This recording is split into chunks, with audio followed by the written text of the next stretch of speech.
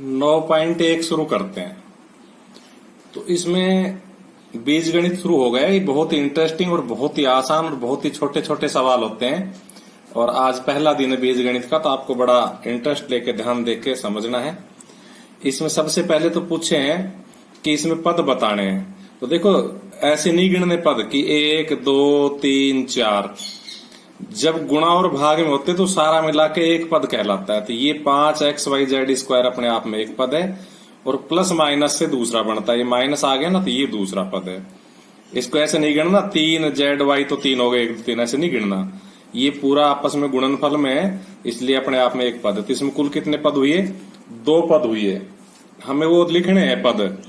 तो एक पद तो क्या हो जाएगा हमारा 5xyz² और दूसरा क्या हो जाएगा 3 माइनस का 3zy।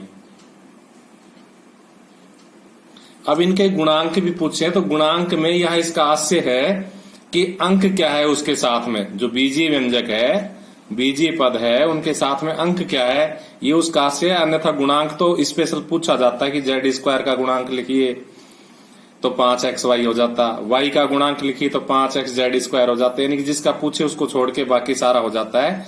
लेकिन यहाँ उसका आशय है सिर्फ अंक से, तो इसका गुणांक क्या हो जाएगा 5 हो जाएगा और इसका गुणांक कितना हो जाएगा -3 हो जाएगा।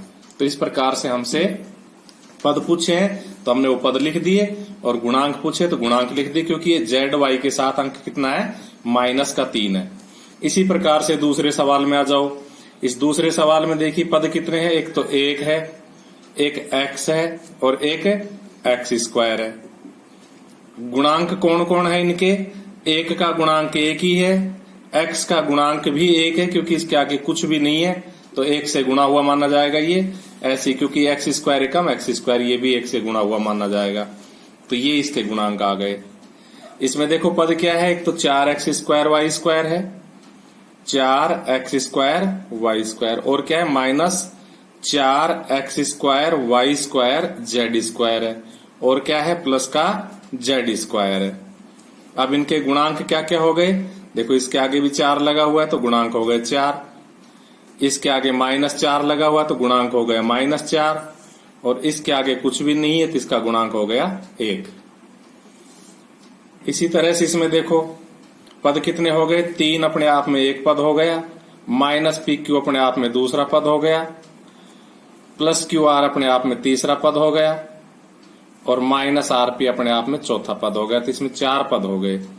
इसका गुणांक क्या हो गया 1, क्योंकि 3 एकम 3। इसका गुणांक क्या हो गया -1। इसका गुणांक क्या हो गया प्लस का 1, क्योंकि आगे कुछ भी नहीं। इसका गुणांक क्या हो गया -1। उसके बाद में देखो इसको पद क्या हो गया, एक तो x/2 पद हो गया, एक y/2 पद हो गया और एक -xy पद हो गया। x/2 का गुणांक क्या हो गया 1/2, क्योंकि ऊपर 1 मान लो तो 1/2।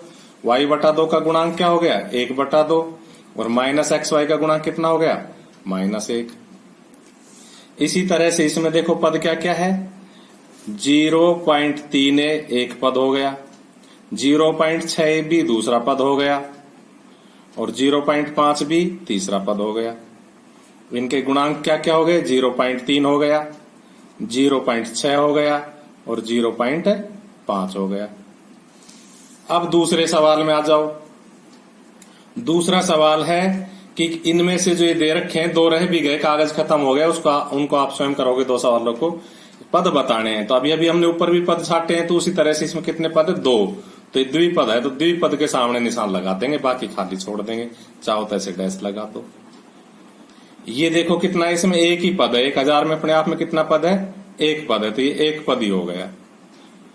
इसमें देखो कितने पद है 1 2 3 4, तो 1 पदी में नहीं लिखेंगे, 2 पदी में भी नहीं लिखेंगे, 3 पदी में भी लिखेंगे, क्योंकि इसमें पद 4 है, इसलिए इनमें से कोई नहीं मारेगा, ये सब खाली रहेंगे।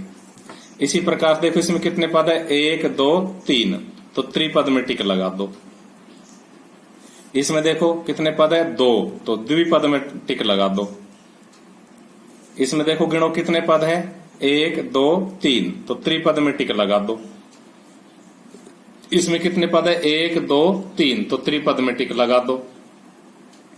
इसमें कितने पद है, 2, 4z एक है, -15z² दूसरा है, तो द्विपद में टिक लगा दो। इसमें कितने पद देखो, 1 2 3 4, तो इनमें से कोई नहीं में टिक लगा दो। इसमें कितना पद है, एक ही पद है, तो एक पद ही में टिक लगा दो, बाकी खाली रहेंगे। और ऐसे ही मैं 2 सवाल आपको दिखा देता हूं, उनको भी आप वीडियो रोक करके नोट कर लेना और खुद करना।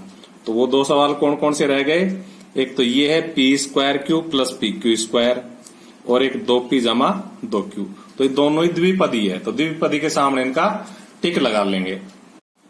ये देखो योग के सवाल है, हमसे कहा गया कि इनका योग करो। तो योग 2 तरह से कर सकते, एक तो पंक्ति में लिख करके और एक ऊपर नीचे लिख करके। तो मैं ऊपर नीचे लिख करके सिखा रहा हूं, क्योंकि हमें ज्यादातर सवालों को ऊपर नीचे लिख के ही सीखना। तो देखो पहली संख्या हमारी AB माइनस BC, ये रही।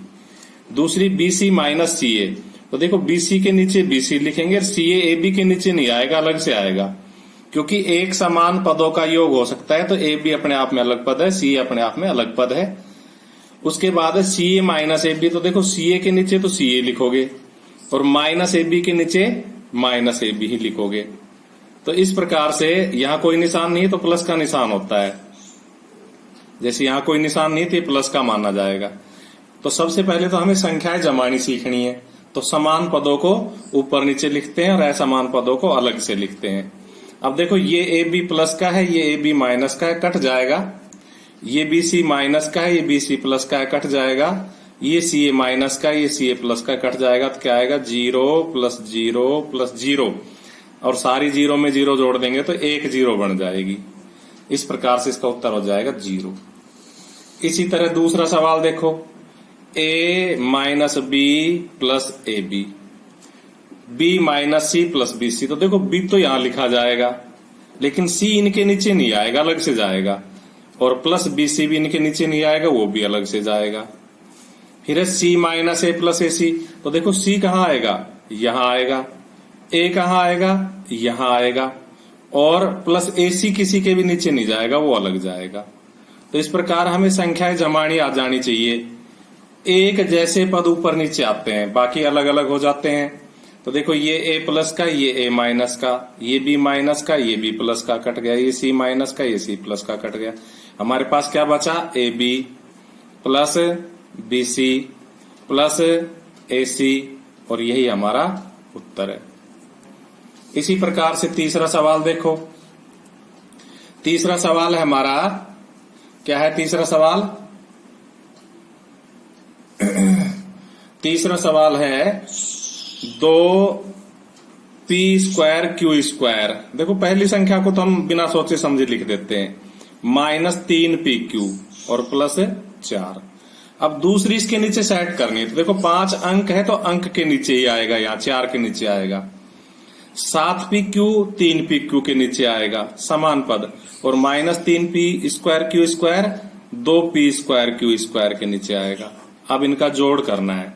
जोड़ का मतलब कंफर्म कतई जोड़ ही नहीं करना, जोड़ का मतलब है माइनस का 3 है प्लस का 2 है तो माइनस का p² q² बचेगा, यानी कि निशान देख के जोड़ करना होता है। -3 है प्लस का 2 है, इसलिए माइनस का 1 बचेगा, 1 लगाने की जरूरत नहीं है। ऐसे यहाँ प्लस का 7 है, माइनस का 3 है तो प्लस का 4pq बचेगा, और यहाँ 4 और 5 9 हो ही जाएगा। यही हमारा आंसर है। इसी तरह चौथा देखो, चौथा है हमारा l² प्लस m²। इसके नीचे लिखना है m² प्लस n², लेकिन n² इसके नीचे नहीं आएगा, अलग जाएगा। इसके नीचे लिख रहा है n² प्लस l², तो देखो n² तो यहां आ जाएगा, l² के नीचे आ जाएगा। लास्ट 2lm, तो देखो 2lm किसी में भी नहीं है, कोई से में भी नहीं है, न इसके नीचे आएगा, न इसके नीचे, न इसके नीचे, अलग है 2lm। ऐसे 2mn भी यहाँ कहीं भी नहीं आएगा, ये भी अलग है। और 2nl भी अलग है, क्योंकि उनके जैसा पद हमें कहीं नहीं मिला। अब इनको जोड़ दो, l² में l² जोड़ेंगे तो 2l², m² में m² जोड़ेंगे तो 2m², n² में n² जोड़ेंगे तो 2n²। और ये इनके ऊपर कुछ है नहीं, तो ऐसे कैसे जुड़ जाएंगे, 2lm 2mn और 2nl, और यही हमारा आंसर है।